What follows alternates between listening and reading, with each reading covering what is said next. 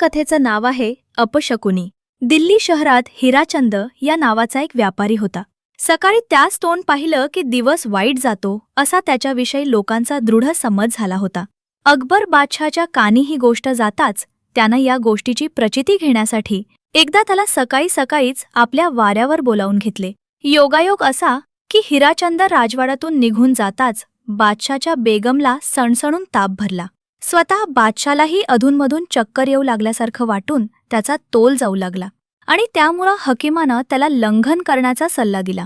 दुपारपर्यंतचा काळ असा निघून गेला आणि उन्हा ओसरताच राजस्थानातल्या एका राजाची बादशानं जिंकून घेतलेला प्रदेश पुन्हा त्या राजानं जिंकून घेतल्याची वाईट बातमी एका जासुदानं येऊन बादशाला दिली। हा सर्व सकाळी सकाळीच झालेल्या हिराचंद व्यापाऱ्याच्या अपशकुनी दर्शनाचाच प्रताप आहे असा समज होऊन बादशान त्याला फाशीची शिक्षा फरमाविली। हिराचंदानं बिरबलाची घेतली व आपले रक्षण करण्याची त्याच्याकडे याचना केली। बिरबलानं त्याला निश्चिंत राहायला सांगितले। दुसऱ्या दिवशी अगदी सकाळी वेषांतर करून रस्त्याच्या कडेला जाऊन बसला।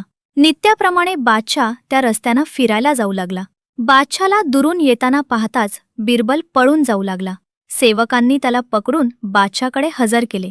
बादशानं पळण्याचं कारण विचारताच बिरबल म्हणाला, खाविंद, काल सकाळी त्या हिराचंद व्यापाऱ्याचं दर्शन झाल्यामुळं आपला व आपल्या बेगम साहेबांचा नुसता दिवसच वाईट गेला, पण आपलं दर्शन सकाळी झाल्यामुळे त्या बिचाऱ्या हिराचंदावर मात्र फाशी जाण्याचा प्रसंग आला आहे।